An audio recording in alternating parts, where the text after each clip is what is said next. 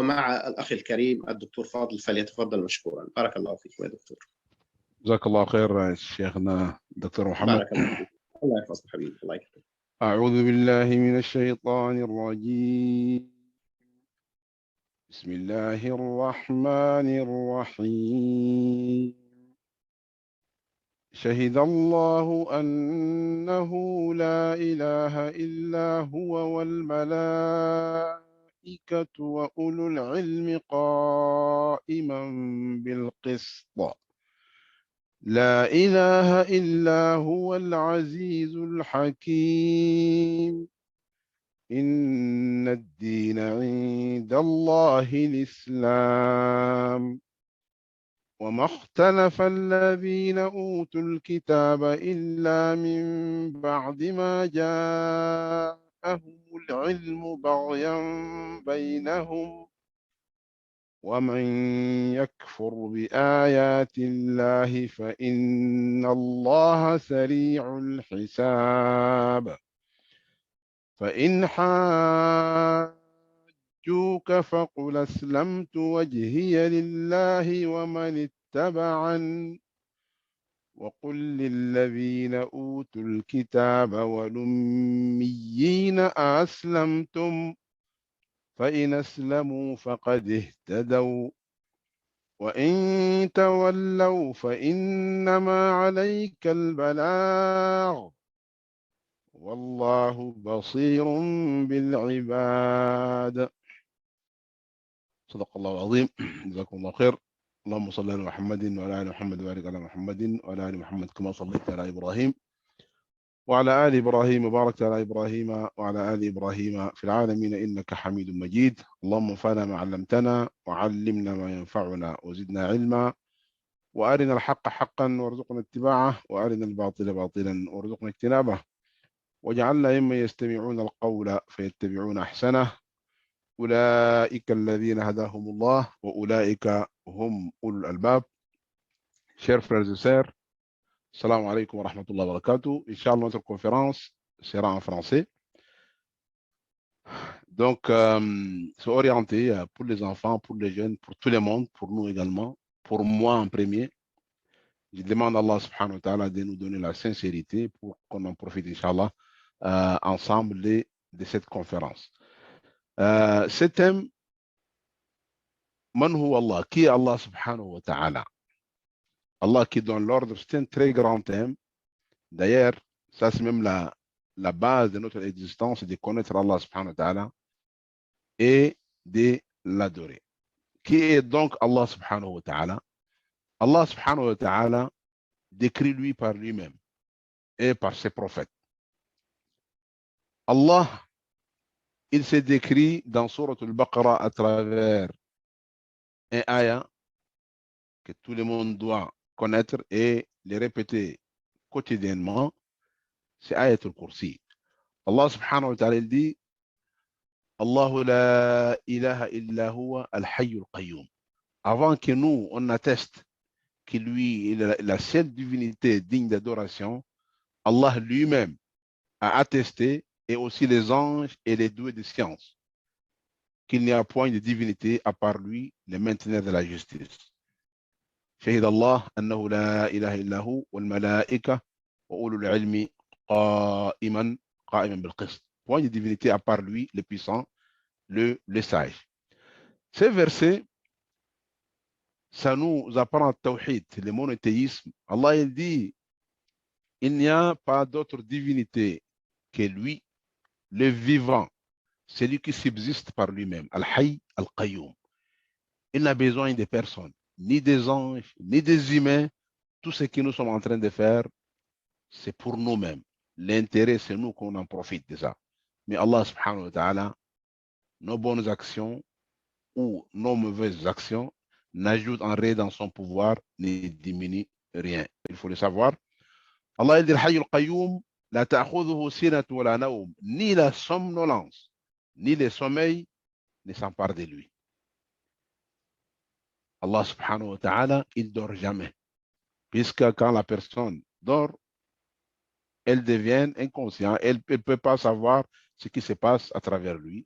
Allah subhanahu wa ta'ala laysa kamithlihi shay. Rien ne peut rassembler Allah subhanahu wa ta'ala. Rien ne peut sembler Allah subhanahu wa ta'ala. Al-Hayy al-Qayyum, il dort jamais. Selon les histoires, Moussa alayhi salam, il a demandé un jour à Allah subhanahu wa ta'ala si il somnole également. Allah subhanahu wa ta'ala voulait lui donner un exemple pratique. Donc, il a dit de prendre un récipient plein de liquide, d'eau, et de les tenir toute la nuit. Moussa alayhi salam, donc, il a exécuté cet ordre d'Allah subhanahu wa ta'ala. Puis imaginez pendant la nuit, et puis le sommeil l'a frappé, et puis là, le récipient est tombé et cassé. Allah lui avait dit, écoute, Moussa, oh Moussa, si moi je somnole, les cieux donc va tomber sur la terre. Inna Allah yumsiku samawati, inna Allah yumsiku samawati al-arda an tazula. C'est Allah qui détient tous ces cosmos, cet univers, ces gigantesques galaxies que nous voyons. الله لا إله إلا هو الحي القيوم لا تأخذه سنة ولا نوم. Donc ni la somnolence ni le sommeil ne s'emparent de lui. Et puis à lui appartient tout ce qui est dans le ciel et sur la terre. Tout ce que nous détenons, chaque individu, tout ce que le monde détient, en principe c'est pour Allah subhanahu wa ta'ala. Si on veut creuser, tout revient à Allah subhanahu wa ta'ala. Donc à lui appartient ce qui est dans le ciel et sur la terre. Qui peut intercéder auprès de lui sans sa permission? Il connaît leur passé et leur futur. Allah subhanahu wa ta'ala connaît les passés, les présents et les futurs. Et puis c'est une connaissance qui est absolue avec ses détails. Ce n'est pas quelque chose d'à peu près. Puisque c'est lui qui a créé tout ça. Allah il dit sa science, il s'embrasse que ce qu'il veut. Son trône course et dépasse les limites des cieux et de la terre, qu'il n'a aucune peine à garder, et il est le très haut, le très grand. Allah subhanahu wa ta'ala, ce thème, comme je viens de dire, c'est un thème qui est très grand. On peut connaître Allah subhanahu wa ta'ala à travers ses créatures, à travers les choses qu'on voit devant nous. Et puis dans le Saint-Coran, il y a beaucoup de versets qui décrivent la puissance d'Allah subhanahu wa ta'ala, son existence. Pourquoi on se focus aujourd'hui, on se concentre sur ce thème, puisque vous voyez la tendance mondiale sur l'athéisme se propage partout. Donc, en tant que musulmans, les enfants, les jeunes, nous, on doit connaître notre Créateur, on doit connaître cette religion monothéiste pour se protéger de cette tendance mondiale aujourd'hui de l'athéisme. Comment connaître Allah subhanahu wa ta'ala? Eh bien, lire le Coran à travers les histoires des prophètes, on connaît Allah subhanahu wa ta'ala. En général, l'être humain, comme on dit, il y a une règle qui dit إذا جهل الإنسان شيء زهد في قيمته. Lorsque la personne ignore quelque chose, elle la sous-estime, elle sous-estime sa valeur. Mais si on connaît la valeur de quelque chose, certainement on s'accroche. Donc Allah subhanahu wa ta'ala, grâce à lui, que ces mondes aujourd'hui existent, on doit, chers frères et sœurs, les connaître. Puisque si on connaît Allah subhanahu wa ta'ala, on va l'adorer avec amour. Et puis, même l'adoration devient légère pour nous. Pourquoi? Parce qu'on est en train d'exécuter l'ordre de celui grâce à qui on est existant aujourd'hui. Grâce à lui que ce monde aujourd'hui existe. À travers ces créatures qui sont visibles, Allah subhanahu wa ta'ala a décrit dans Surat al-Baqarah, Inna fi khalqi as-samawati wal ard wa ikhtilafi al-layli wan nahar. Certes, dans la création des cieux et de la terre. La terre dans laquelle nous vivons actuellement, c'est une planète qui est minuscule, voire négligeable par rapport à beaucoup de planètes. Juste par rapport au Soleil, aujourd'hui la Terre, le Soleil est plus grand que la Terre de 1 300 000. Donc imaginez notre Terre, c'est comme un petit ballon de tennis dans le Soleil. 1 300 000 plus que notre Terre. Donc c'est presque négligeable. Donc le ciel et la Terre, c'est des grandes créatures, témoignent de l'existence d'Allah subhanahu wa ta'ala, sa puissance. Allah, il nous dit également, il y a des signes qu'on les voit chaque jour. C'est quoi ces signes? Il est dans l'alternance de la nuit et du jour. وَجَعَلْنَا اللَّيْلَ وَالنَّهَارَ آيَتَيْنِ. Allah il a dit, nous avons fait du jour et de la nuit deux signes. Deux signes. Aujourd'hui, on est maintenant la nuit, demain, ça va être les jours, et puis c'était devenu comme une habitude. Alors que c'est deux grands signes. Donc, on doit y réfléchir. Puisque il y a, oui, on prie, on fait le jeûne, mais il y a d'autres types d'adoration qu'on néglige. C'est le fait de méditer, l'adoration de la méditation. Le fait de méditer, c'est cet immense royaume des cieux et de la terre. Ça va nous donner donc le goût d'aller chercher plus pour connaître le créateur Allah subhanahu wa ta'ala et l'adorer donc avec amour. Allah, il continue, il dit,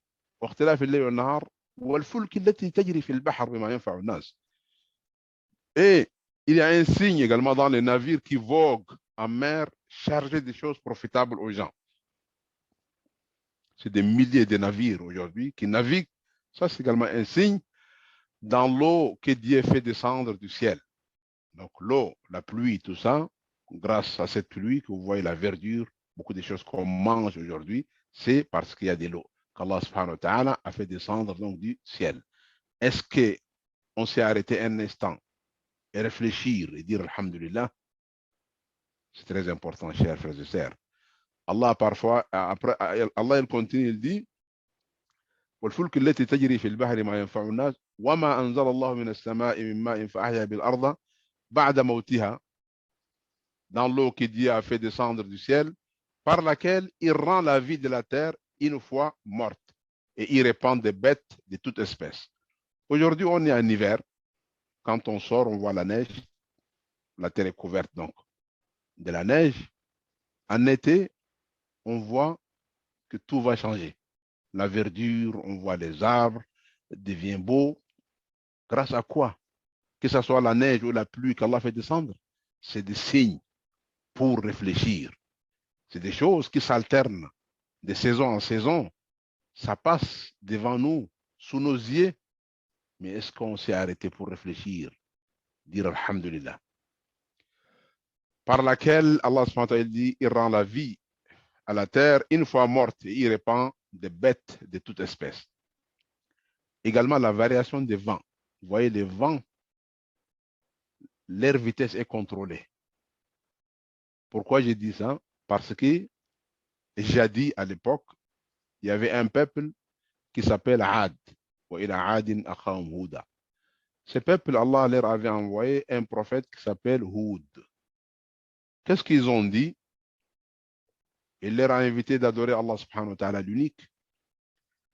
Et ils étaient des gens qui sont très forts. Ils cassaient les montagnes pour construire leurs maisons. Et puis, ils construisent des maisons dans les montagnes. Et puis, qu'est-ce qu'ils ont dit? Qui est plus fort que nous? Toi, tu nous parles d'un Dieu, de croire en une seule divinité, mais nous, on se voit les plus forts sur terre. Allah leur avait répondu,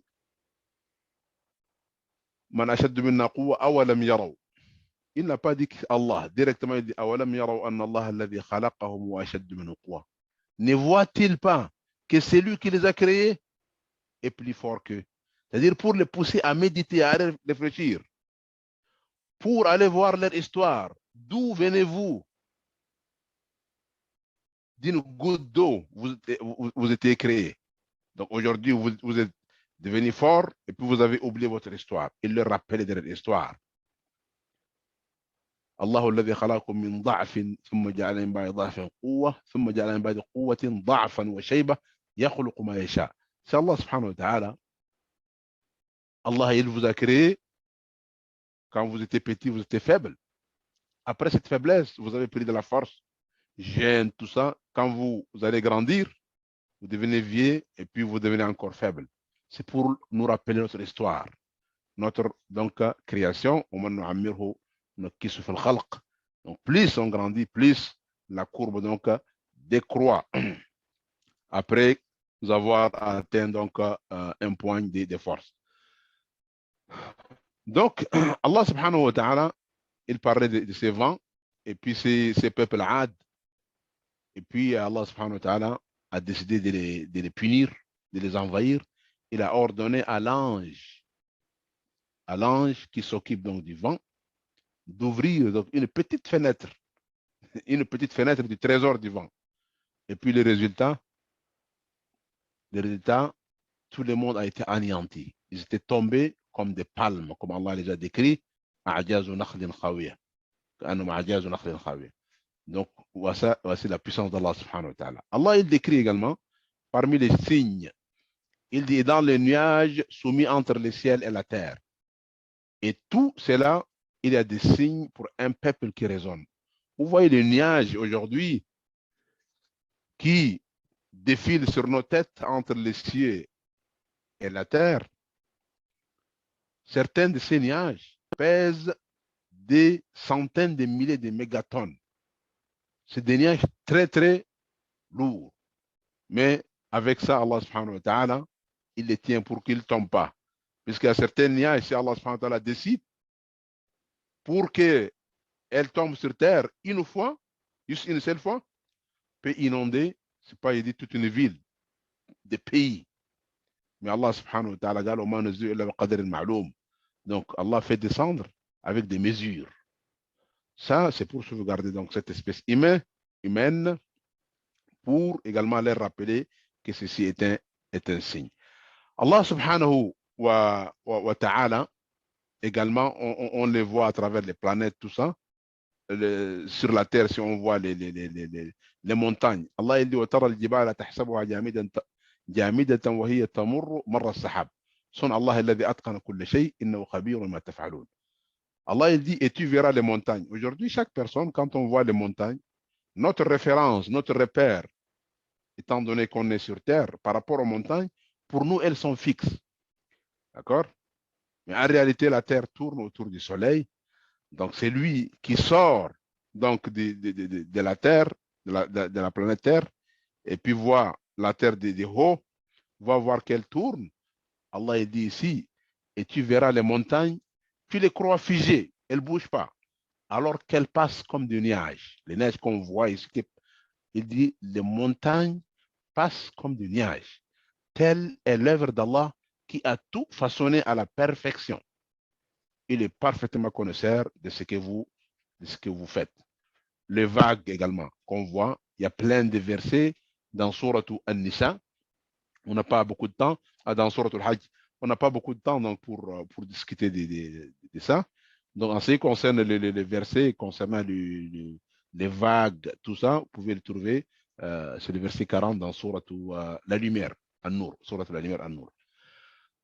Également, des petits insectes qu'on voit chaque jour, alors qu'il y a des miracles, il y a des signes dans ces petits insectes-là. On prend juste la mouche. Allah subhanahu wa ta'ala a défié l'humanité entière. Il dit يا أيها الناس ضرب مثل فاستمعوا له إن الذين تدعون من دون الله لن يخلقوا ذبابا ولو اجتمعوا له وإن يسلبهم الذباب شيئا لا يستنقذوه منه ضعف الطالب والمطلوب. Allah il a dit ô hommes, ô les gens, une parabole, un exemple vous est proposé. Écoutez-la. Écoutez bien, c'est quoi cet exemple, Allah subhanahu wa ta'ala, qui nous propose. Il dit, ceux qui vous invoquez en dehors d'Allah ne sauraient même pas créer une mouche. Quand même, ils s'uniraient pour cela. Malgré la technologie que l'humanité dispose actuellement, on ne peut pas créer une mouche. Allah subhanahu wa ta'ala veut alléger encore ce défi. Il a dit, et si la mouche les dépouillait de quelque chose, il ne saurait les lui reprendre. Si jamais aujourd'hui vous asseyez, vous mangez, puis que la mouche vient prendre une goutte d'eau ou bien une petite nourriture, vous pouvez, même si vous attrapez la mire, la mouche, vous ne pouvez jamais récupérer cette nourriture. Pourquoi? Parce que je vais expliquer aujourd'hui. Allah subhanahu wa ta'ala, il a dit à la fin de ces ayats, les sollicitaires et les sollicités sont faibles. Vous voyez cette mouche, la petite mouche là, ils ont découvert qu'elle a 6 pieds. Vous pouvez attraper une mouche, vous pouvez trouver là. 6 pieds. Et puis elle a une tête, c'est visible. Elle a également un ventre, poitrine. Et puis, elle a 2 yeux. Mais ce qui est miraculeux ici, dans chaque œil, il y a 6000 petits yeux. Imaginez le petit œil de la mouche là. Chaque œil est constitué de 6000 petits yeux. Et puis également, dans chaque œil, il y a il y a 48 appareils récepteurs. Et puis ça, on parle des millimètres carrés. Dans chaque millimètre carré, vous allez trouver des choses incroyables dans la mouche. Je vous invite à aller plus donc lire les articles qui parlent donc de ces mouches. Et puis, si la mouche prend une nourriture, automatiquement, cette nourriture, elle va donc se transformer en vitamine. En vitamine, en aliment pour sa subsistance. C'est-à-dire, sa propriété chimique change. Dès qu'elle met dans sa bouche, sa propriété chimique change et personne ne peut faire l'inverse. C'est-à-dire, elle ne peut reverser ces changements. C'est-à-dire, ça devient déjà irréversible. Donc, si on attrape la mouche, on la met dans un laboratoire la plus sophistiqué pour juste récupérer l'aliment qu'il y a quelques secondes, elle a mangé, on ne peut pas arriver, puisque la propriété a déjà changé. Et puis Allah, il dit, les sollicitaires et les sollicités sont faibles. Ma qadarullah haqqa qadri. Donc, on n'a pas estimé Allah subhanahu wa ta'ala comme il le doit. Comme il le doit. Moi, comme le temps, j'ai dit, c'est un grand thème, mais moi, j'aimerais toujours finir par une histoire. Il y avait un dialogue qui a été donc qui est survenu dans le Coran, mais ce dialogue était entre Ibrahim alayhi salam et son peuple. Ibrahim, il décrit Rabbul Alamin, le Seigneur de l'univers.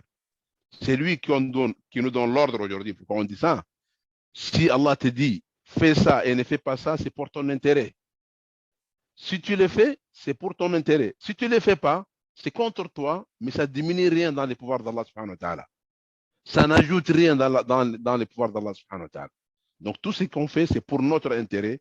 Allah, il nous aime. Allah, il ne veut pas nous punir si on l'obéit. Il dit, Ma yafa'allahu bi'adhabikum in shakartum amantum. Ibrahim, Allah subhanahu wa ta'ala, il a mentionné un de ses dialogues dans Surat al-Shu'ara. Allah, il dit, Watlu alayhim naba Ibrahim. Et récite-les la nouvelle d'Abraham. Quand il dit à son père et à son peuple, qu'adorez-vous? Bon, ils adoraient les idoles, les statues. Comme certains aujourd'hui, il y a des gens qui adorent les vaches, d'autres les souris, d'autres plein de choses. D'autres qui adorent Isa alayhi salam, qui est prophète pour nous. Il leur a demandé, qu'adorez-vous? Et puis ce qui est bizarre, chers frères et sœurs, bon, surtout pour les enfants, qui fabriquait ces statues, ces idoles que le peuple d'Abraham adorait? C'est son père. Parce qu'il est loin, donc il est dérouté. Et puis Ibrahim salam, il voulait les faire revenir à la raison par le dialogue. L'islam n'a peur d'aucune question philosophique, peu importe. C'est pour cela, nos enfants, si à l'école, ou peu importe, vous écoutez des questions qui sont douteuses, vous n'avez pas la réponse, revenez vers nous. Revenez vers vos parents, vers les chefs qui sont dans les mosquées. Ils vont trouver la réponse. Il y a la réponse dans le Coran, dans les sunnas. N'ayez pas peur. Levez votre tête, dites je suis croyant, je suis monothéiste, je suis musulman. Un athéiste, si vous voulez vous apporter la bonne réponse, il ne peut pas continuer avec vous dans son dialogue. Écoutez ici le dialogue d'Ibrahim alayhi salam et apprenez de ça. Il dit qu'adorez-vous? Il dit nous adorons des idoles et nous leur restons attachés. Ça c'est une réponse. Maintenant il continue. Il dit vous entendent-elles lorsque vous les appelez? هل يسمعونكم إذ تدعون أو ينفعونكم أو يضرون. Il dit, est-ce qu'ils vous entendent quand vous les appelez? Qu'est-ce qu'ils ont dit? Ils ont dit, Non, non. C'est-à-dire, ils savent qu'ils n'entendent pas. Mais nous avons trouvé nos ancêtres agissant ainsi. Ça, ce n'est pas une réponse. Le fait de trouver son père agir sur un chemin ou bien sur quelque chose qui n'est pas normal, est-ce que tu dois le suivre? Allah il a répondu dans Surat al-Baqarah, est-ce qu'ils vont suivre leurs parents même si leurs parents ne raisonnent pas? Allah il a donné le cerveau pour réfléchir. Allah subhanahu wa ta'ala dit, Ibrahim il dit dans ce dialogue, vous et vos vieux ancêtres, ils sont tous pour moi des ennemis, sauf les seigneurs de l'univers. Il dit à vous tous, il dit, sauf les seigneurs de l'univers. Maintenant, il a commencé à décrire à son peuple qui est le Seigneur de l'univers, qui lui il adore. Il leur avait dit, c'est lui qui m'a créé et c'est lui qui me guide. C'est lui qui m'a créé et c'est lui qui me guide. Pour leur dire, vous ne pouvez jamais prétendre que vos idoles, vos statues vous ont créé. Donc, il y a un créateur suprême qui vous a créé. C'est celui-là qui est digne d'adoration. C'est lui qui me guide. Allah subhanahu wa ta'ala a créé l'homme, mais il ne l'a pas laissé comme ça. Il a envoyé des prophètes pour lui expliquer les bons chemins, la droiture. Et parmi ces prophètes, le dernier, notre prophète Mohammed sallallahu alayhi wa sallam. Et il continue, il dit, et c'est lui qui me nourrit et qui me donne à boire. Aujourd'hui, si on demande à nos enfants, aux jeunes, mais qui vous nourrit, ils vont dire les parents. Mais les parents, ils ont trouvé où cette nourriture? Mais dans le supermarché. Mais les supermarchés, ils l'ont acheté d'où? Bon, chez les paysans, c'est lui qui cultive la terre, le cultivateur. Mais le cultivateur, il a semé les grains sous la terre et puis il est parti chez lui, s'est reposé. Qui a fait germer ces grains? Allah subhanahu wa ta'ala dans Surat al-Waqi'a, il veut nous rappeler. Il dit Afara'aytum ma tahruthoun. Voyez-vous ce que vous labourez? Antum tazra'ouna wa amnahnu zari'oun. Est-ce que c'est vous qui les cultivez ou c'est nous qui en sommes le cultivateur? En réalité, c'est Allah. C'est lui qui fait descendre l'eau. Donc, du ciel, ces grains vont germer, va grandir. Avec quoi? La terre, c'est pour Allah. L'eau, c'est Allah qui l'a fait descendre. Nous, on fait des petites causes. Mais Allah qui décide que cela va grandir ou non, va arriver à terme ou non. Est-ce que vous allez faire la quête ou non? Puisqu'il dit, même après avoir semé et vous voulez récolter ou faire la quête, Allah peut décider de détruire tout ça. Vous n'aurez rien. Il y a beaucoup d'exemples comme ça. Pas longtemps, en Amérique du Nord, il y a beaucoup de champs qui ont été détruits par des inondations, par des vents violents. Certainement, il y a des péchés. Les gens, ils commettent des péchés. Allah, il envoie des messages pour que les gens reviennent à la raison.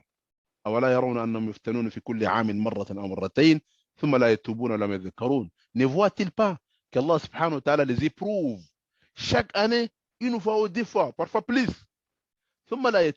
Mais malgré ça, les gens ne se repentisent pas et ne se rappellent pas.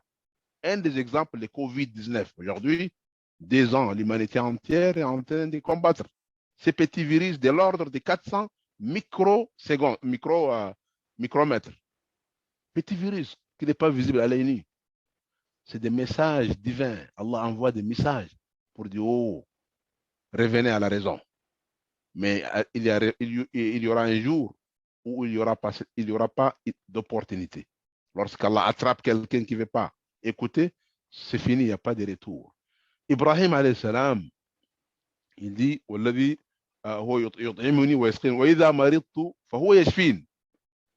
et quand je serai malade, c'est lui qui me donne la guérison. Bon, encore aujourd'hui, on dit quand on est malade, on aille chez les médecins. Oui, c'est des causes, on doit faire ça. Mais dans notre croyance interne, il faut croire que c'est Allah qui guérit. Les médecins, c'est une cause, une des causes. Il y a combien de médecins qui sont spécialistes dans un domaine précis, qui sont spécialistes dans une maladie précise, et cette maladie-là les a tués. Ils étaient frappés par cette même maladie où ils sont spécialistes et ils sont morts. Donc, c'est Allah subhanahu wa ta'ala en vérité qui guérit. Mais on prend chez les causes. Allah subhanahu wa ta'ala, et puis Ibrahim alayhi salam, il dit Huwa alladhi yumituni thumma yuhyin, et celui qui me fera mourir, puis me redonner donc la vie. C'est Allah subhanahu wa ta'ala qui donne la vie et la mort. Et puis, il y a une histoire également, je ne sais pas, docteur Mohamed, si il y a des temps encore, pour finir, c'est docteur Mohamed. Oui, docteur Mohamed est là encore, mais si vous permettez, docteur, on aimerait ouvrir lorsque vous aurez conclu, on ouvre la parole aux questions. Si vous Ouais, permettez. ok, donc j'ai fini avec l'histoire, Inch'Allah, d'Ibrahim alayhi salam. Inch'Allah. Donc, ici, Ibrahim alayhi salam, il continue à décrire Rabbul Alamin, le Seigneur de l'univers. Il dit, c'est lui qui me fera mourir, puis me redonnera la vie. Et puis, il y avait un dialogue avec An-Namroud. An-Namroud, c'est un des grands tyrans. Ça, c'est au temps d'Ibrahim alayhi salam. C'est quelqu'un qui s'est déclaré qu'il est le Dieu également de l'univers, tout ça. Astaghfirullah. Et puis, Allah subhanahu wa ta'ala, lui envoie Ibrahim. Puis il dit Alam tara ila alladhi hajja Ibrahima fi rabbi. Il dit n'as-tu pas vu, n'as-tu pas su l'histoire de celui qui a, parce que Allah subhanahu wa ta'ala lui avait donné la royauté, le pouvoir, il argumenta contre Ibrahim au sujet de son Seigneur. Ibrahim il a dit Rabbi alladhi yuhyi wa yumit. C'est mon Seigneur qui donne la vie et la mort. Et puis ces tyrans, ces dictateurs, ces rois, il a dit moi aussi, je donne la vie et la mort. Et puis là, il a fait venir des prisonniers, il a tué un, et puis il a libéré l'autre. Il dit, tu vois, il peut donner la vie et la mort.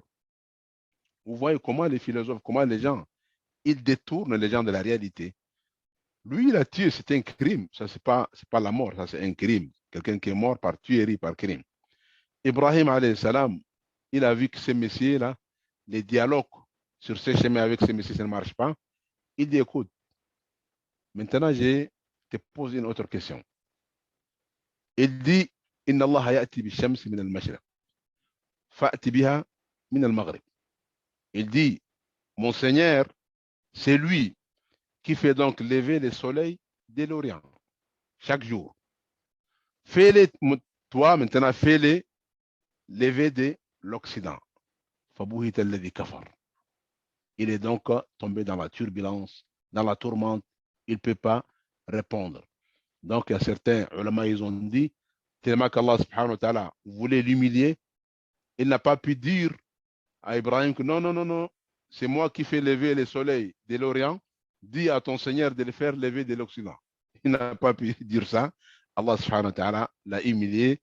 فَبُهِتَ الَّذِي كَفَرْ وَاللَّهُ لَا يَهْدِي الْقَوْمَ الظَّالِمِينَ. Et Ibrahim, après il dit, et c'est de lui que je convoite le pardon de mes fautes. Vous voyez, il dit, c'est Allah que je convoite le pardon. J'attends, j'espère qu'il pardonne mes péchés quand les jours de la rétribution. C'est seul Allah subhanahu wa ta'ala qui pardonne les péchés. Ni X, ni Y, comme dans certaines croyances. Dans nous, en islam, celui qui fait des péchés, il doit retourner vers Allah subhanahu wa ta'ala, demander à Allah subhanahu wa ta'ala de donc le pardonner. Donc, jazakumullahu khairan, comme je dis, le thème est large, mais Inch'Allah, j'espère au moins c'est le message à passer, et puis on demande à Allah subhanahu wa ta'ala d'accepter, et puis de nous donner tous la sincérité. Barakallahu fikum. جزاكم الله خيرا دكتور سليمان بارك الله فيكم على هذه الكلمة الطيبة. Donc, sans tarder, j'aimerais ouvrir la porte aux questions.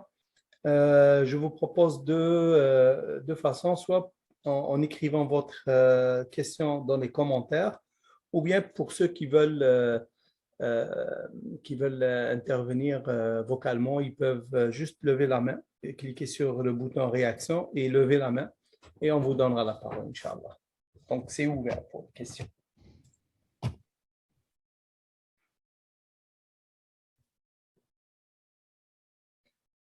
À date, on a des commentaires. Donc, il y a beaucoup de gens qui signifient leur satisfaction vis-à-vis de la conférence. Et donc, nous avons Moussima qui dit Subhanallah, puis nous avons aussi Sohaib qui dit Barakallahu fikum, Cheikh. Et Barakallahu fil jami', jazakumullahu khairan. La sœur Bahija qui dit que la conférence est très intéressante et que c'est à refaire une prochaine fois, Inch'Allah. Moi, j'aimerais toujours les enfants, là. C'est surtout nos Oui, enfants, là, donc qui posent des moi questions. j'invite tous les jeunes sur la conférence. On a, Masha'Allah, 100 personnes qui participent présentement. Donc, si vous avez des questions, allez-y, écrivez les questions ou levez la main. Donc, j'ai une main levée. Donc, j'ai Hafidat Al-Farouq. Donc, je vous cède la parole si vous avez une question. Le micro est Salam ouvert. alaikum wa rahmatullahi wa barakatuh. Wa alayhi salam wa rahmatullahi wa barakatuh. Qu'Allah vous bénisse, Amin. Dr Fadl. Je vous remercie au nom de tous les présents de cette éminente courte conférence, assez riche en contenu. Ok, donc moi, je précise que, ou je disais que vous avez mentionné l'idée de la connaissance de notre Créateur Jalla Jalaluh à travers ces créatures autour de nous. Également, vous avez évoqué l'adoration par méditation. Et ces deux facteurs sont à vocation plutôt exogène. Moi, je disais que nous devrions de prime abord découvrir la majesté d'Allah subhanahu wa ta'ala au profond de nous-mêmes par le truchement de l'exploration de notre soi authentique, qui est al-fitra. Autrement dit, la nature dont Allah subhanahu wa ta'ala a doté les humains, et ce, conformément au verset 30 de Sourate Ar-Rum. Tiens-toi le visage tourné exclusivement vers la religion, en pur monothéiste, conformément à la nature dont Allah a doté les hommes en les créant. Qu'est-ce que vous en pensez, s'il vous plaît? Et jazakumullahu khayr. Masha'Allah, Sir, barakallah fikoum, une très belle question. Donc, Allah subhanahu wa ta'ala, comme on dit, on le connaît à travers sa propre parole, le Coran, on le connaît à travers ses créatures, on le connaît à travers ses prophètes. Et puis, al-fitra, puisque l'homme des natures, quand on parle d'homme, c'est homme et femme, là, masculin et féminin, et de nature, se penche vers la croyance. Même les athéistes, vous voyez, ceux qui disent athéistes, tout ça, dans les moments durs, là, ils vont chercher toujours un refuge, une protection de quelque chose de suprême. Là. Allah subhanahu wa ta'ala. Donc, quand vraiment une catastrophe naturelle ou quelque chose de très dangereux qui arrive, c'est tout le monde qui crie Dieu, Dieu, Dieu, même les athéistes, ils disent My God, God, God. Ce qui est là, au temps d'Adam alayhi salam, jusqu'à nous, jusqu'au prophète Nuh, tout le monde était musulman. Donc, c'est-à-dire la nature saine, la nature propre de l'être humain qui connaît Allah subhanahu wa ta'ala. Et puis, à un moment donné, Satan a commencé à jouer son jeu. Puis, comme vous savez, Satan, donc c'est lui la cause principale, c'est lui qui a causé donc la sortie de notre père Adam alayhi salam du paradis. Et puis, Allah subhanahu wa ta'ala, il a dit clairement dans plusieurs versets du Coran, Inna shaytan lakum adoun, fattakhidhuhu adoua. Et puis, shaitan, il joue pour falsifier ses fitras. Cette croyance interne de l'être humain envers son Seigneur, il cherche pour les détruire. Et puis là, on voit ce qui est visible. Maintenant, ce qui est parfois blâmable devient de quelque chose de normal. Okay? Et les choses qui sont naturellement, même chez les animaux, jusqu'à présent chez les animaux, c'est quelque chose de naturel et qui, même l'être humain doit copier, devient anormal chez l'être humain. Donc, c'est-à-dire le fitra tagayarat. Le fitra a changé. C'est pour cela Allah subhanahu wa ta'ala, de temps en temps, il envoie des prophètes pour guider les gens vers les droits chemins. Certainement, c'est lui qui cherche Allah subhanahu wa ta'ala, les trouve. Et puis, d'ailleurs, avant que le prophète sallam ne soit envoyé à la Mecque, il y a un monsieur qui s'appelle Zayd. Zayd, lui, quand il fait le tawaf, il fait la prière à la Mecque, là, puis les gens, il faut l'unité d'Allah subhanahu wa ta'ala. Mais après, il ajoute إلا شريكا واحدا تملكه ما ملك. Sauf un seul associataire, et puis ils font référence à leur idole. Il leur dit, ici, arrêtez, arrêtez. Donc, ne faites pas ça. Lui, il cherchait Allah, il sait qu'il est seul. Il n'y a pas d'associataire à Allah subhanahu wa ta'ala. Donc, je vous rejoins en ce qui concerne le fitra, mais le fitra, comme je dis, si elle trouve un environnement sain qui n'est pas vraiment pollué, comme le nôtre aujourd'hui, donc la personne va toujours, Inch'Allah, connaître Allah subhanahu wa ta'ala. Mais étant donné qu'il y a beaucoup de doutes, beaucoup de pollution dans cet environnement de religion, absolument, il faut revenir quand même au Coran et au Sunna et puis demander aux gens, Inch'Allah, qui connaissent. Ça pourrait, Inch'Allah, aider pour connaître Allah subhanahu wa ta'ala de la bonne et la meilleure façon. Barakallah. Jazakallah khair, docteur. Nous avons une petite question plus pour l'administration. Est-ce que cette rencontre est chaque jour? Donc, je précise, cette rencontre est pour jeunes, elle est en français, tout le monde est invité et elle se déroule chaque dimanche à 5 heures. Chaque dimanche à 5 heures sur le même lien Zoom que vous avez utilisé aujourd'hui. Donc, vous êtes le bienvenu, puis vous pouvez envoyer le lien à tout le monde qui est intéressé à rejoindre. Nous avons une question pour vous, cher Sulaiman. Donc, la question, doit-on répondre à un athée s'il désigne notre religion? Parfois, on ne trouve pas les bonnes paroles par méconnaissance. Pardon, s'il dénigre notre religion, pas s'il désigne. Donc, doit-on répondre à un athée s'il dénigre notre religion? Barakallahu fikum. Allah subhanahu wa ta'ala, il dit dans sourate Al-An'am, ولا تسبوا الذين يدعون من دون الله فيسبوا الله عدوا بغير علم. C'est-à-dire, celui qui ignore, je viens de dire au début là, lorsqu'on ignore la valeur de quelque chose, on sous-estime. Donc, ceux qui insultent Allah subhanahu wa ta'ala ou la religion, parfois c'est par ignorance, et à certains par ignorance, ils voient dans les médias qui parlent de l'islam, de n'importe quoi, par ignorance, par méconnaissance, certains le font exprès. Allah subhanahu wa ta'ala dit, il ne faut pas les répondre de la même manière. Il ne faut pas les insulter. Parce que oui, je voudrais soutenir ma religion, il insulte ma religion, je vais insulter sa religion et je vais l'insulter. Dans ces cas, toi, tu le fais pour toi ou pour la religion. Allah il dit, il ne faut pas insulter ceux qui adorent d'autres divinités en dehors d'Allah subhanahu wa ta'ala. Pourquoi? Parce qu'ils vont continuer encore à insulter Allah subhanahu wa ta'ala davantage. Donc, si vous ne connaissez pas la réponse, c'est mieux de garder le sang-froid, d'aller chercher la réponse, et puis revenir vers lui donner cette réponse, ou lui donner un livre à lire. Notre objectif, ce n'est pas de les obliger à venir entrer dans l'islam, mais c'est de leur montrer les preuves devant Allah subhanahu wa ta'ala. Oh Allah, ce monsieur, je l'ai invité vers toi, mais il a refusé. Ou bien, je l'ai invité vers toi, il a accepté. Donc, c'est ça qui est très important. Il faut toujours garder le sang-froid, surtout dans les da'wah. C'est qui invite les gens vers Allah subhanahu wa ta'ala. Puis Allah, il a dit dans Sourate Ali Imran qu'il faut être vraiment flexible.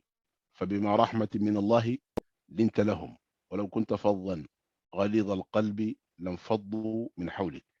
C'est grâce à la miséricorde et la bénédiction de ton Seigneur que tu es devenu doux envers eux. Si tu es dur envers eux, ils vont donc s'enfuir. Ils vont te laisser. Ça, c'est qui? Il parle encore des compagnons du prophète sallam qui sont autour de lui. On ne parle pas des mécréants qui sont loin. Donc, les gens, en généralité, ils n'aiment pas la dureté, ils veulent la flexibilité, la douceur dans la parole. Donc, on invite Allah, la personne vers Allah, on doit être doux. Et puis, je vous donne juste un exemple qui est vraiment très important. Ça doit être une leçon pour nous qui font les da'wah. Quand il dit pour nous, c'est tout le monde. Les jeunes à l'école, vous devez faire les da'wah selon la connaissance que vous avez, puis chercher à connaître davantage votre religion.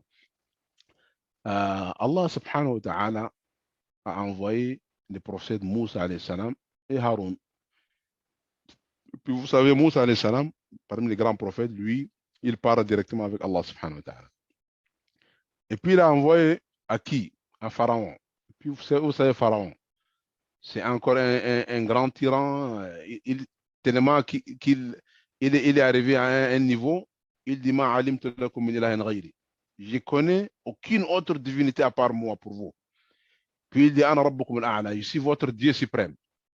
Imaginez ce monsieur-là, puis qui tue partout. Allah, il a dit à Moussa et Haroun, c'est quoi le message qu'il faut transmettre à ces messieurs? Il dit Idhaba ila fir'auna innahu tagha. Allez voir Pharaon, il a dépassé les limites, outrepassé la limite. Qu'est-ce qu'il faut lui dire? Lui déclarer la guerre directement, lui dire être dur avec lui. Non, non, non. Il dit faqula lahu qawlan layyina.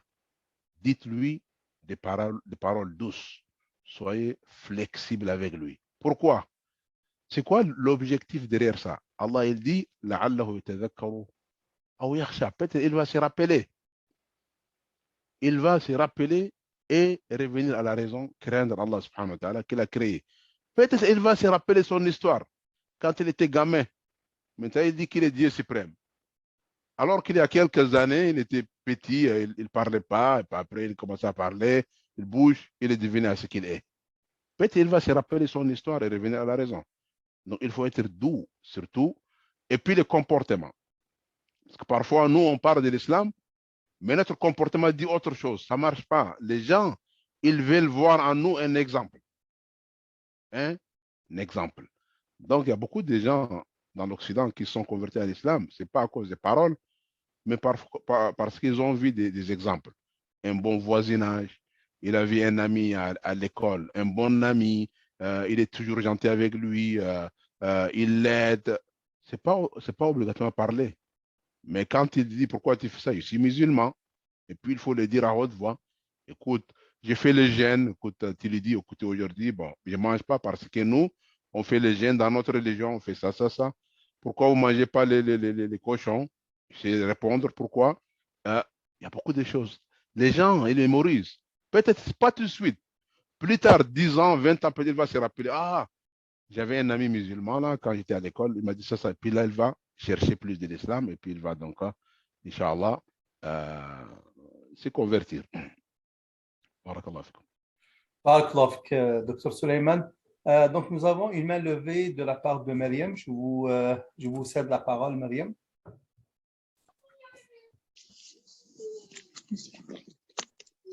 Salam alaikum. Wa alaykum salam wa rahmatullah, Mariam. Masha'Allah, j'aime quand les enfants posent des questions. Tu es la première, Masha'Allah. Je m'appelle Aïcha. Aïcha, Masha'Allah. Aïcha, tu connais ton nom là? C'est un grand nom, hein? Aïcha Moumouinin. C'est notre mère, la mère des croyants qui s'appelle Aïcha, l'épouse du prophète Mohammed sallallahu alayhi wa sallam. Inch'Allah, tu seras au paradis avec Aïcha. Hein? Ma sœur s'appelle Khadija. Et Khadija encore, c'est une de nos mères. C'est la première femme du prophète sallallahu alayhi wa sallam. Et ta sœur sera avec Khadija, Inch'Allah, au Jannah, dans le paradis. Et les parents, Inch'Allah. Naam, Aïcha, c'est quoi ta question?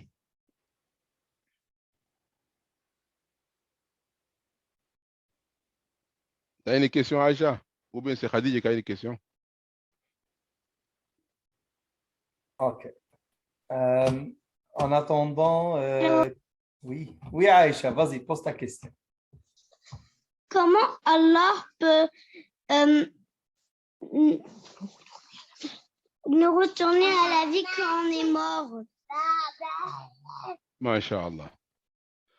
Ça, c'est une très belle question et puis je te félicite pour ça. Allah subhanahu wa ta'ala, il y avait un monsieur, je donne un exemple, souvent les enfants, ils connaissent, ils comprennent mieux les exemples. Le fait de retourner à la vie, bon, il y a beaucoup d'exemples dans le Coran, mais il y avait un jour, un monsieur, mais il n'est pas musulman, il n'est pas croyant, il voulait juste se moquer, et puis le prophète sallallahu alayhi wa sallam, il était venu avec un os. Tu connais l'os là? Quand un animal mort, et puis le squelette, tout ça, il a pris un os, et puis il a brisé en des petits morceaux, et puis il a dit au prophète, sallallahu alayhi wa sallam, Ayuhi rabbuka hada, est-ce que ton Seigneur va revivre encore ça? le prophète n'a pas répondu, il y a un ange qui s'appelle Jibril, l'ange Gabriel. Donc les parents vont t'expliquer, Inch'Allah, qui est l'ange Gabriel. Il était venu du ciel, il est descendu pour amener la réponse. La réponse à ces messieurs-là, il dit وَضَرَبَ لَنَا مَثَلًا وَنَسِيَ خَلْقَهُ. Il nous donne une parabole, un exemple, alors que ce messieurs, il a même oublié son histoire, comment il a été créé. قال من يحيي العظام وهي رميم. Donc il dit, qui va revivre ces os-là? Alors, on voit leur état, ils sont en état de squelette, tout ça. Il a dit au prophète, dis à ces messieurs, قل يحييها الذي أنشأها أول مرة. Dis-lui, c'est lui qui va revivre ces os, qui va leur donner la vie après la mort, c'est celui qui les a créés la première fois. Ils n'existaient pas, il les a créés. Donc, le fait de les faire revivre, c'est plus facile encore. Et puis, parmi les prophètes, il y a un prophète qui s'appelle Isa, Jésus, c'est notre prophète également. Allah subhanahu wa ta'ala lui avait donné des miracles. Il prenait de l'argile, il le transformait en forme d'oiseau, et puis Allah lui dit de souffler. Quand il souffle, Allah, il redonne la vie à cet oiseau, puis à cet objet en forme d'oiseau qui n'est pas vivant avant, et puis il redevient vivant et puis il vole. Donc, Aïcha, Allah subhanahu wa ta'ala, il peut faire tout. C'est pour cela qu'on dit Inna Allah ala kulli shay'in qadir. Donc, c'est lui qui nous a créés, on n'était pas là, on va grandir, on va mourir, et puis après notre mort, encore, il va nous redonner la vie. C'est lui qui peut faire ça, et puis c'est mentionné dans le Coran, et puis dans puis par notre prophète Muhammad sallallahu alayhi wa sallam. C'est facile pour Allah, Aïcha. Barakallahu fik, Dr. Suleiman. Je passe aux questions écrites. Nous avons une question un peu dans le même sens de Delia qui pose la question comment le bon Dieu fait pour voir tous les humains en même temps et à chaque instant? Comment le bon Dieu fait pour voir tous les humains en même temps et à chaque instant? Ok. Ça, c'est une bonne question également. D'abord, avant de venir à ça, il y a un verset dans Surat Shura. Allah subhanahu wa ta'ala dit ليس كمثله شيء. ليس كمثله شيء. Toute l'humanité, les anges, aujourd'hui, s'ils se ressemblent pour réfléchir, c'est quoi l'image d'Allah subhanahu wa ta'ala, ils ne peuvent pas décrire. Rien ne peut rassembler à Allah subhanahu wa ta'ala. D'abord, il faut retenir ça. Tout ce qu'on imagine dans nos têtes, Allah il est différent de ça. C'est pour cela, les jours de la résurrection, une des grandes punitions pour les mécréants, ceux qui entrent dans l'enfer, ils ne vont pas voir Allah subhanahu wa ta'ala, le créateur de l'univers. Mais ceux qui sont dans les paradis vont le voir, sa beauté, qui est Allah subhanahu wa ta'ala. Quand Allah va leur donner, Inch'Allah, on demande à Allah tous d'être dans le paradis avec le prophète sallallahu alayhi wa sallam. Dites Amin, Inch'Allah. Amin. Et puis là, on aura, Inch'Allah, la chance de voir Allah subhanahu wa ta'ala. Laysa kamithli shay wa huwa as-sami'ul basir. Un autre verset, Allah subhanahu wa ta'ala a dit Ma yakunu min najwa thalathatin illa huwa rabi'uhum. Chaque 3 personnes qui font la conversation, Allah subhanahu wa ta'ala est leur 4e. Wala khamsa illa huwa sadisuhum. 5, il est leur 6e. Un nombre plus petit que ça, ou plus grand, Allah subhanahu wa ta'ala, il est toujours avec eux. Mais avec eux, là, comment on peut comprendre?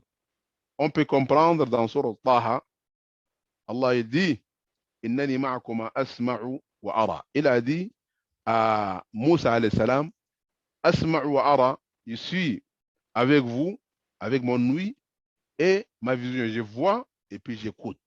Mais Allah subhanahu wa ta'ala, il est au-dessus de toute sa créature. Au-dessus de toute sa créature. Donc, les propriétés qu'Allah subhanahu wa ta'ala, les attributs qu'il a, ce n'est pas comme les humains. Aujourd'hui, nous, si je suis en train de parler avec vous, une autre personne me parle, je ne peux pas capter et traiter ou voir des informations, beaucoup d'informations en même temps.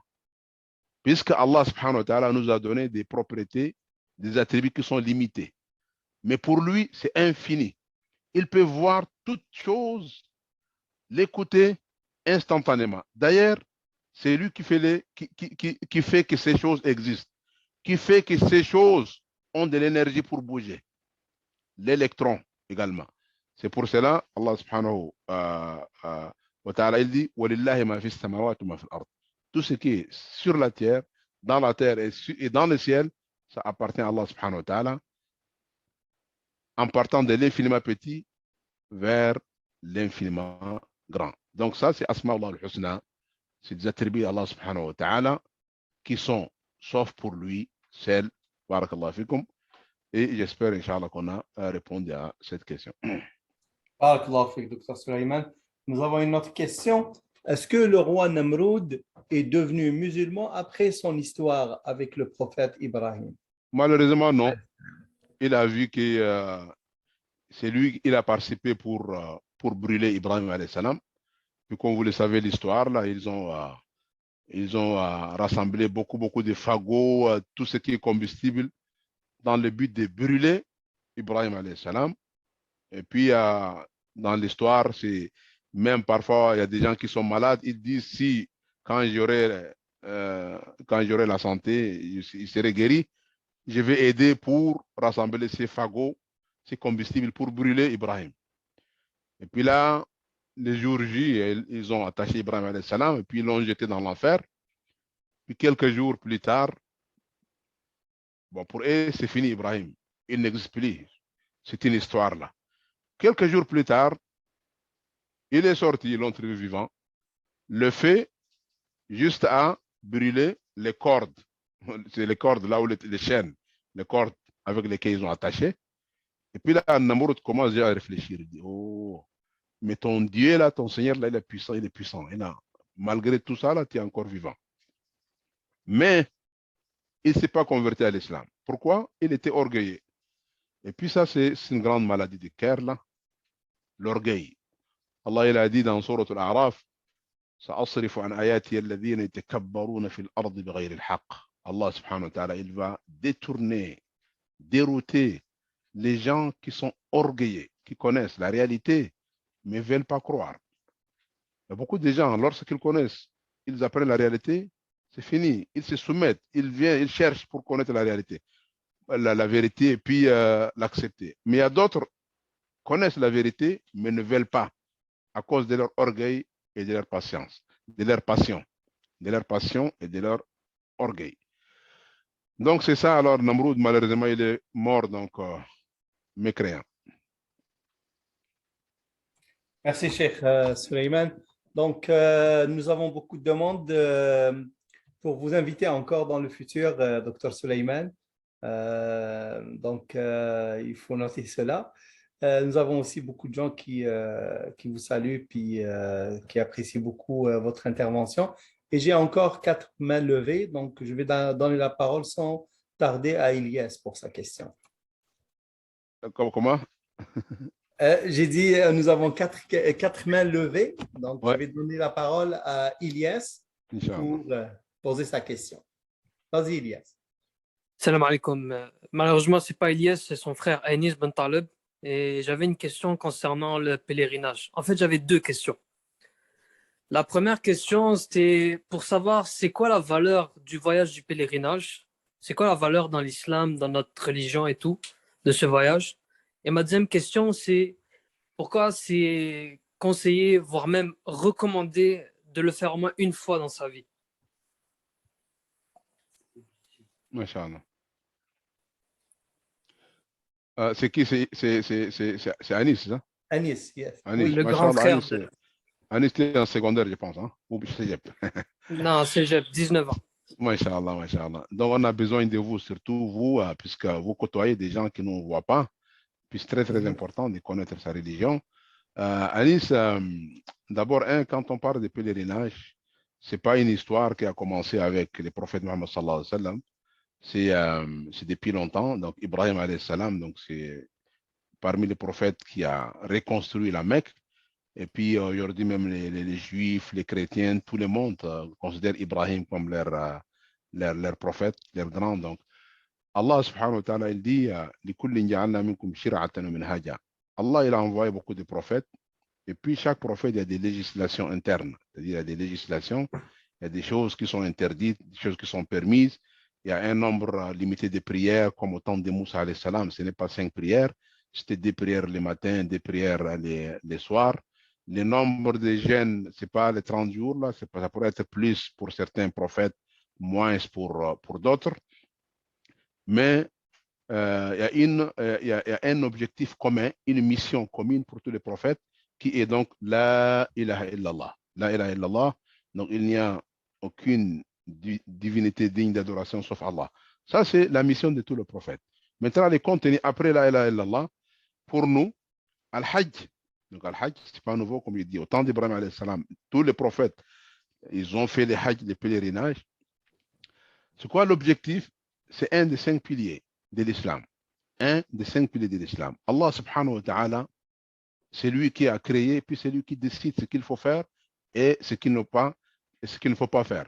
Donc ça, c'est quelque chose à revient à Allah subhanahu wa ta'ala. Ni aux anges, ni aux prophètes, c'est une soumission. C'est ça la différence entre celui qui se soumet à Allah subhanahu wa ta'ala et celui qui cherche la philosophie. Si Allah subhanahu wa ta'ala lui dit, fais ça, bon, lui il cherche toujours des esquisses. Les croyants, ils disent Sami'na wa ata'na. Sami'na wa ata'na. Maintenant, les intérêts, il y a beaucoup d'intérêts derrière donc, les hajj. Derrière les hajj, d'abord, les gens se rassemblent. Quand ils voient là-bas, les gens viennent de tout horizon, de toutes couleurs. Les présidents, les petits pauvres qui sont paysans là-bas, peu importe, tout le monde se rassemble avec le même habillement. Et puis là, ça fait également faire rappeler les gens les jours de la résurrection, al-mahshar. Les jours de la résurrection. Tout le monde là sera sur un seul terrain, tu vois. Pas de président, maintenant ça dépend de ce que tu vas faire ici, pour nos actions. Donc, c'est un rappel de Yom al-Mahshar. Là, Allah va rassembler toute l'humanité, de Adam alayhi salam jusqu'au dernier, les djinns, et puis les ins, les anges, tous les animaux. Pourquoi on fait une fois? C'est Allah subhanahu wa ta'ala qui a dit une fois, parce que ça va être un peu difficile. Si Allah, il va dire que chaque année, pour ceux qui doivent aller, puisqu'il y a des gens qui peuvent être malades, des gens qui sont âgés. Donc, au moins une seule fois pour celui qui a la capacité encore. Celui qui n'a pas la capacité financière, ou bien il est malade, tout ça, ce n'est pas obligatoire pour lui. Donc, il y a toujours des critères. C'est pour cela Allah il dit Ma ja'ala alaykum fi d-din min haraj. Allah il a rendu cette religion, elle est facile. Elle est donc facile. Et puis encore, Allah subhanahu wa ta'ala, il va te récompenser. Al-Hajj al-Mabrour, laysa lahu jaza'un illa al-Jannah. C'est lui qui fait les pèlerinages comme il se doit, comme Allah le veut, les prophètes. C'est quoi sa récompense? Al-Jannah, le paradis. Quand on parle de paradis, ce n'est pas une petite affaire là. Aujourd'hui, les gens ils travaillent 30, 40 ans pour acheter une petite maison là. Le prophète sallallahu alayhi wa sallam dit La mawdi'u sawtin fil jannah khayru min ad-dunya ma fiha. Le fait qu'occupe la place qu'occupe une petite chicotte, un petit bâton là, dans le paradis, vaut mieux que ce monde et ce qu'il contient. Le monde où les gens s'entretiennent aujourd'hui là, chacun cherche à voler l'autre, vaut mieux que ce monde et ce qu'il contient. Et puis, Al-Jannah, c'est quoi Al-Jannah encore? Qu'est-ce que l'enfant d'Adam a peur ici? Aujourd'hui, on a peur de la vieillesse. Il n'y a pas de vieillesse là-bas, tout le monde est jeune. On a peur de la maladie, il n'y a pas de maladie là-bas. On a peur de la mort, il n'y a pas de mort là-bas. On a peur de la pauvreté, il n'y a pas de pauvreté là-bas. Tout le monde est riche. Juste la jouissance. Et puis d'ailleurs, personne ne va dormir là-bas. Il n'y a pas de sommeil. Et puis les enfants ils me disent, mais écoute, moi j'aime dormir. Mais je pose la question, pourquoi tu aimes dormir? Parce que tu es fatigué. Mais il n'y a pas de fatigue là-bas dans les Jannah. Il n'y a pas de fatigue. Donc tout ça, tu fais un hajj, ce n'est pas avec quelques milliers de dollars. Allah il va te donner une récompense qui est infinie. Donc les intérêts derrière les hajj, d'abord, c'est l'obéissance d'Allah subhanahu wa ta'ala, c'est soumettre à Allah. Allah il a dit, c'est fini, je me soumets. Après, ça va venir les récompenses et d'autres choses. Barakallah fikum. Barakallah fikum, docteur. Je cède la parole à Asim Qasraoui, pour poser sa question. Asim, tu peux activer ton micro. Assalamu alaikum wa rahmatullahi wa barakatuh. Wa alaykum assalam wa rahmatullah, Asim. J'espère que vous allez bien. Oui, Asim, tu as un grand nom. Tu connais l'histoire de ton nom là? Hafsa Avant de Maasif. poser la question, est-ce que tu connais l'histoire de ton nom? Pour, pour, pas vraiment. Non. Ah, écoute, il y a un grand nom là, je t'invite à aller chercher, c'est quoi, Asim là? D'abord, Imam Asim, un des grands cheikhs du Coran. Et puis, Asim, un des compagnons qui s'appelle Asim. Il y avait un miracle qui est survenu lors de sa mort. Je t'invite à aller lire ce qui est Asim, Inch'Allah. Bon, pose ta question, Inch'Allah. Inch'Allah. Eh bien, j'ai remarqué qu'on dit que l'eau Ma Zamzam, on me dit souvent que c'est une eau qui vient par Allah, mais j'aimerais savoir plus de ses bienfaits. Par exemple, on sait que ça nettoie le corps, mais j'aimerais savoir, genre, est-ce que ça fait plus de bienfaits sur nous? Inch'Allah. Ma Zamzam, tu veux faire référence au puits qui est là-bas. Ces puits-là, c'est déjà un miracle. Aujourd'hui, tu vois, il y a 14 siècles. Est-ce que tu as entendu quelque part un puits qui a duré 1400 ans? En tout cas, moi, non. Et puis ça, c'est avant le prophète sallam encore. Et puis, depuis Ibrahim, ces puits-là existaient. Donc, c'est des centaines de milliers d'années là. Ma Zamzam, il y avait un compagnon qui s'appelle Abu Dhar al-Ghifari. Parmi les premiers qui ont embrassé l'islam. Lui, il est d'une ethnie qui s'appelle Ghifar. Et puis, il a écouté, ça c'est le début de l'islam. Il a entendu parler du prophète sallallahu alayhi wa sallam. Il a envoyé son frère pour valider cette information. Bon, il n'a pas eu l'information qu'il voulait. Après, il a voyagé lui-même à la Mecque. Mais il y avait un embargo total. Les gens, les mécréants des Quraysh, de la Mecque, ils contrôlaient tout le monde. Ils voulaient que personne ne parle avec le prophète Mohammed sallallahu alayhi wa sallam, puisqu'il combattait contre cette religion. Et puis là, il a dit, il a fait un mois à la Mecque. Il priait là-bas et puis il boit de l'eau de Zamzam. Imagine, il n'a pas d'autre nourriture. Juste ma Zamzam. Et puis avec ça, il a dit qu'il a pris du poids, il s'est engraissé. C'est pour cela que le prophète sallam dit ma Zamzam, c'est une boisson et une nourriture également. Et ma Zamzam le mashuri bala, également, quand tu veux boire ma Zamzam, tu peux toujours souhaiter quelque chose, une bonne intention, si tu veux la guérison. Mais encore, je reviens, ça c'est une cause, que ce soit ma Zamzam ou peu importe le médecin, c'est Allah qui guérit. Toi, avec sincérité, tu vas boire ça et tu demandes à Allah subhanahu wa ta'ala de te guérir. Mais on suppose que tu l'habilles, mais tu n'as pas eu donc la guérison attendue. Est-ce que tu vas dire, mais c'est quoi alors? Le prophète il a dit ça. Allah subhanahu wa ta'ala peut-être voulait t'éprouver, voulait te tester. Est-ce que toi, tu croyais ça, c'est cette eau de Zamzam, ou tu crois en réalité c'est Allah qui guérit? Ou bien Allah subhanahu wa ta'ala voulait que tu continues dans cette maladie et puis tu l'invoques et puis il aime t'entendre, il aime t'écouter ça pour te récompenser plus. Il y a beaucoup de choses. Donc, ma Zamzam, donc c'est une eau et puis scientifiquement aujourd'hui, je pense que des scientifiques japonais, ils ont travaillé beaucoup dans cette eau Zamzam. Ils disent si tu prends une petite quantité de ma Zamzam, de l'eau Zamzam, tu mets dans un récipient, un grand récipient, l'autre eau va prendre la propriété de Zamzam, tu vois. Donc, l'eau Zamzam a des propriétés un peu spécifiques. Ce n'est pas comme les autres eaux. Donc, tu peux également aller lire la propriété des ma Zamzam. Tu vas trouver plein d'articles dans ça. Barakallah fikum. Barakallah fik, Dr Suleiman. Nous avons aussi une main levée de Bahija. Donc, Bahija, je te cède la parole pour te poser ta question.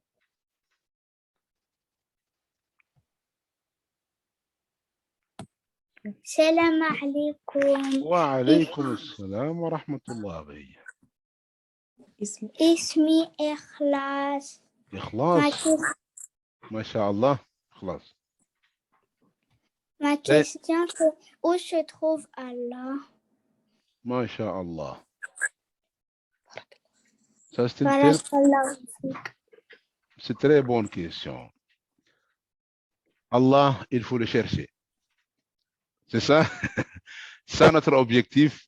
Nous, on est vivants, on est là, ce monde existe parce que Allah, il existe. Et puis, cette question, tu n'as pas la seule, Inch'Allah, à poser. Je vais revenir, Inch'Allah. Nous, quand on répond, Inch'Allah, dans notre religion, toujours il faut revenir à la source principale. Donc, il y avait une petite fille, Inch'Allah, Ikhlas. Il y avait également au temps des prophètes, sallallahu alayhi wa sallam, une fille que le prophète, sallallahu alayhi wa sallam, lui avait demandé, Ayn Allah? Où est Allah? Elle a dit Allah fis sama. D'accord? Allah fis sama, Allah sur le ciel. Mais cela ne veut pas dire, il ne faut pas mettre dans sa tête qu'il est assis quelque part sur le ciel. Le ciel et la terre, c'est lui qui les a créés. Les troncs, c'est lui qui les a créés. Et rien ne peut les rassembler. Le ciel et la terre, il y avait un moment où n'existait pas. Allah était le seul. Donc Allah, il est au-dessus de tout le monde. Arsh al-Rahman, Ar-Rahman, Arsh istawa. Donc le trône d'Allah subhanahu wa ta'ala, quand on parle du trône d'Allah subhanahu wa ta'ala, Allah, il est au-dessous de toutes ces créatures et il voit tout. Il voit donc tout. Donc Allah subhanahu wa ta'ala, si on te demande où est Allah subhanahu wa ta'ala, il est au-dessus de tout le monde, il est avec nous, il nous voit avec son nuit, il nous voit et il nous écoute et il nous voit. Peu importe là où on est, mais il est au-dessus de toute sa créature. Donc pour votre niveau, c'est de mieux comprendre comme ça, Inch'Allah, pour ne pas aller dire Allah il est partout, et puis certains vont te dire, mais dans la toilette, tout ça, avec sa connaissance. Il est avec nous avec sa connaissance, il nous voit. Barakallahu fikum. Docteur Suleiman, j'ai des questions écrites ici. Je vous lis une de Mouslima qui dit: ma fille de 9 ans vous demande pourquoi il n'y a plus de miracles comme avant. Inch'Allah. Pourquoi elle n'a pas de miracle comme avant? Oui, pourquoi il n'y a plus de miracles comme avant? Ok. Les miracles sont là, mais il faut juste... parmi les miracles, le Coran en question, c'est un miracle, mais pour les enfants et pour leur simplifier un peu les choses.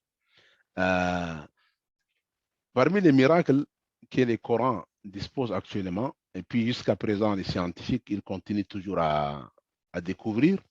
Parmi ces miracles, à notre petite fille, à nos jeunes, vous voyez scientifiquement aujourd'hui, ils ont découvert, parmi eux, il y a un scientifique français qui s'appelle Costo. Lorsqu'il fait ses recherches, il a découvert quand il y a deux mers qui se croisent, l'air eau ne se mélange pas. Il y a une zone qu'on appelle la zone tampon. La zone tampon. Et puis dans cette zone tampon, il y a des êtres vivants là-bas, ça peut être des poissons ou d'autres, qui ne peuvent vivre que dans cette zone tampon. Et puis l'eau de la première mer, lorsqu'elle veut se mélanger à l'autre mer, elle va prendre sa propriété à travers cette zone tampon. Et puis pour lui, c'est une grande découverte, c'est un miracle, c'est une découverte que personne n'a découvert. Et puis là, il y a un musulman qui lui avait dit, écoute, mais on a ça mentionné dans le Coran. Puis il lui avait montré donc les versets qui sont dans le Coran.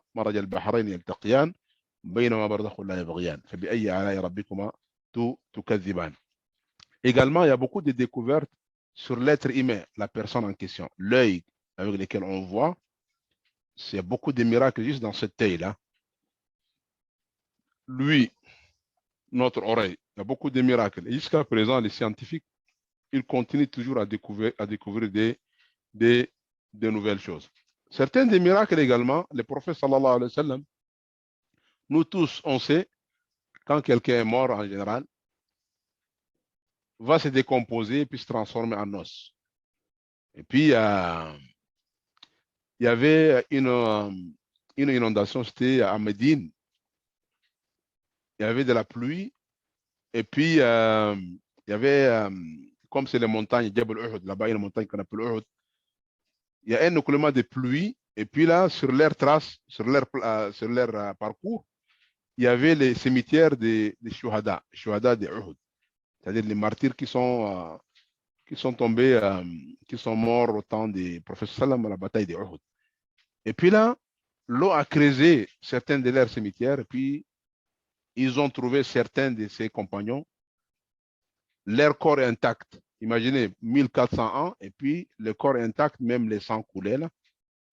Puis ça également, c'est un des miracles, parce que le prophète sallallahu alayhi wa sallam a dit, le martyr, donc Allah il a interdit à la terre de ronger, de manger le corps des martyrs, des prophètes, salihin, des gens qui sont pieds. Donc, en tout cas, il y a beaucoup de miracles. Peut-être les frères et les sœurs peuvent également ajouter. Pour le moment, donc, étant donné qu'on n'a pas beaucoup de temps, mais les miracles continuent toujours, surtout dans le Coran. Tout ce que le Coran a dit depuis des siècles, les gens découvrent actuellement. Et puis des miracles de protection. Allah subhanahu wa ta'ala parfois protège des gens qui sont pieds, ou bien parfois des gens qui sont certains accidents qui leur arrivent ou des maladies qui sont rares. Allah il les guérit. Les médecins ils ont fait tout, ils ne peuvent rien faire, mais la personne demande à Allah subhanahu wa ta'ala et puis il les guérit. Il y a beaucoup de choses, beaucoup de miracles. Barakallahu fikum. Barakallahu fik, Dr. Suleiman. Donc, il y a beaucoup de questions. Malheureusement, le temps file. Je vais ouvrir la porte. Il y a une main levée depuis un bout de temps, puis une autre question qui est écrite. Et je vais prendre note des autres questions et on les laissera pour les prochaines rencontres, Inch'Allah. Donc, sans tarder, j'ouvre la parole à Hafidat Al-Farouq pour poser sa question. Salam alaikum. Encore, Dr. Fadel, s'il vous plaît. Ma présente question vise directement la mise en relief ou la mise en exergue du titre de cette conférence, Dieu le commandant. Ok, vous savez mieux que moi que nos jeunes vivent dans des sociétés assez matérialistes et dans des systèmes psychocognitifs, disons, de plus en plus virtuels. Où le commandant devrait être charismatique ou un leader ou un puissant, et ce malheureusement au détriment des spiritualités et des croyances abstraites, c'est-à-dire l'iman bil-ghaybiyat, qui sont prescrites par un commandant divin, Allah Jalla Jalaluh, qui ne ressemble à qui que ce soit. Donc, c'est comme s'il y a actuellement une fossé entre deux représentations mentales, c'est-à-dire entre un commandant et un commandant divin. S'il vous plaît, d'après vos expériences et vos recherches dans la matière, etc., quel pourrait être l'un des meilleurs procédés pour rapprocher le modèle du commandant divin dans l'esprit de nos jeunes? Et jazakumullah khayran. Jazakallah khair, ça c'est une question, une grande question, et puis ça doit être quelque chose de quotidien. En fait, comme vous voyez, quand on nage contre le courant, c'est pas facile, hein? Donc, c'est-à-dire, il faut mettre plus d'efforts. Il faut mettre plus d'efforts pour avancer. Et puis, je reviens encore, Allah subhanahu wa ta'ala, lorsqu'il dit Inna shaytana lakum adoun fattakhidhu adoua. Satan, il est votre ennemi. Il faut vraiment le prendre comme réel ennemi. Satan, il travaille dur, jour et nuit, il ne dort pas. Mais malgré ça, Allah subhanahu wa ta'ala, il a dit Inna kayda shaytani kana da'ifa. Ses pièges, tout ce qu'il complote, il est faible lui et puis avec ses gens. Mais quand il peut être faible, quand nous on devient fort. Mais ça, il n'y a pas mieux, on ne peut pas trouver quelque chose mieux que le Coran. Mais pour ça, le Coran, quand je parle du Coran, ce n'est pas juste lecture. Le Coran avec la compréhension. Et puis ça, un nafs, parfois un nafs, l'âme aime toujours la passion, aime toujours la facilité. À un moment donné, donc les parents doivent s'impliquer, doivent mettre d'efforts, puisqu'on ne peut pas laisser les jeunes, dès le bas âge, jouer comme ils veulent des heures et des heures à l'école, des heures et des heures, et puis à la maison, quand on parle des rappels d'Allah et du prophète sallam, on réserve juste le week-end. Puis le week-end, on va quelques heures à la mosquée, on revient. Ça ne marche pas. Parce qu'il dit, le Coran est très très fort. Maintenant, on nage contre le Coran. Donc à la maison, pour ceux qui ne connaissent pas l'arabe, Il y a des livres qui sont traduits en français. On lit les hadiths du prophète sallam. On lit un ayah, on l'explique. Et puis avec ça, l'iman vient. L'iman, il faut le construire. Dire la ilaha illallah de Rasulullah, on est musulman. قالت الأعراب آمنا قل لم تؤمنوا ولكن قولوا أسلمنا ولما يدخل الإيمان في قلوبكم. Les Arabes, ils étaient venus voir le prophète sallam. Oh, le prophète, on est devenu croyant. Il vient de dire la ilaha illallah.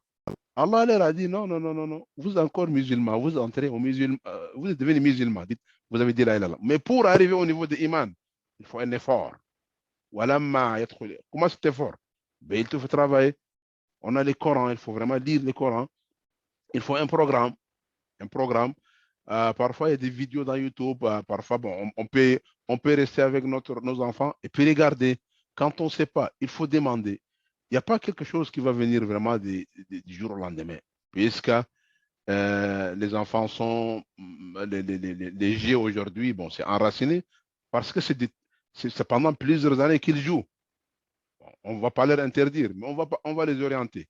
Puis d'ailleurs, moi, j'ai dit à mon fils, là, lui, il joue beaucoup les Minecraft. Il dit, écoute, on a besoin de ton cerveau. Il faut que tu apprennes à programmer les jeux, mais on veut des jeux islamiques. Plus tard, tu vas programmer des jeux islamiques. Les jeunes, ils vont jouer. En même temps, ils vont se distraire et apprendre les religions. Puis ça, c'est un grand thème pour les jeunes qui m'écoutent, qui sont secondaires au cégep, là. Il y a cette idée, plus tard, créer vos entreprises, des jeux, mais des jeux islamiques. L'islam est riche, il y a plein de choses là-bas. Donc, ma sœur, il y a un grand travail encore, je dis là, la base, là, c'est le Coran. On ne peut pas chercher ailleurs à apprendre la religion sans passer par le Coran. Les sunnas du prophète, sallallahu alayhi wa sallam, l'histoire des prophètes. Et puis là, ça doit être quotidiennement. On répète quotidiennement jusqu'à ce que c'est là. Donc, s'ancrant dans l'air, Inch'Allah, cerveau. Barakallah fik. Barakallah fik, Dr. Suleiman. Une dernière question, et vous pouvez toujours tout de suite enchaîner avec la conclusion si vous voulez. Comment répondre à un non-musulman qui dit que le Coran est en arabe et que le prophète sallallahu alayhi wa sallam a été envoyé, est un messager pour les Arabes et non toute l'humanité? En fait, là, la réponse encore c'est dans le Coran, donc ça est dit dans le Coran, même si vous lisez, Inch'Allah, traduction en français, Inch'Allah, vous allez les trouver. Allah subhanahu wa ta'ala, il a dit « وَلِكُلِّ أُمَّةٍ أَجَلٍ » وَلِكُلِّ أُمَّةٍ أَجَلٍ. À chaque communauté, il y a un terme. فَإِذَا جَاءَ أَجَلُهُمْ لَا يَسْتَأْخِرُونَ سَاعَةً وَلَا يَسْتَقْدِمُونَ. Allah, il a envoyé beaucoup de prophètes.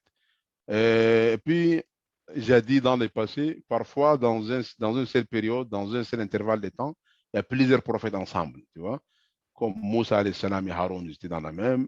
Il y a Zakaria, il y a Yahya, Yahya et puis Isa. Vous voyez, c'est des prophètes dans la même. Vous avez Daoud et Suleiman.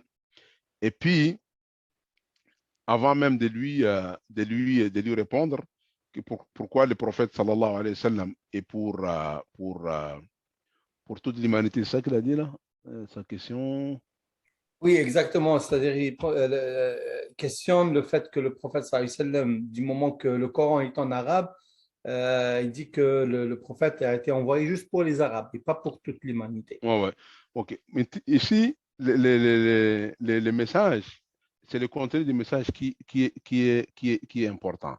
Oui, le Coran a été envoyé en arabe, c'est-à-dire d'abord pour la première communauté qui doit prendre cette responsabilité. Et puis, ce n'est pas juste le problème d'arabe. Là-bas, d'abord, il y a la Mecque. Il y a beaucoup de choses autour de ça. D'abord, le prophète sallallahu alayhi wa sallam, il est né à la Mecque. La Mecque, c'est construit par Ibrahim alayhi salam. Maintenant, s'il faut parler ici, le Coran, il est en arabe, ou peu importe d'autres livres qu'Allah a envoyés comme la Bible dans d'autres langues, ce n'est pas la langue en question qui est vraiment qu'il faut se focuser sur la langue en question, mais sur le contenu. Pourquoi? Parce que le contenu, c'est le même contenu, la même mission, le même objectif que tous les prophètes depuis Adam alayhi salam jusqu'au prophète Mohammed sallam. C'est la ilaha illallah.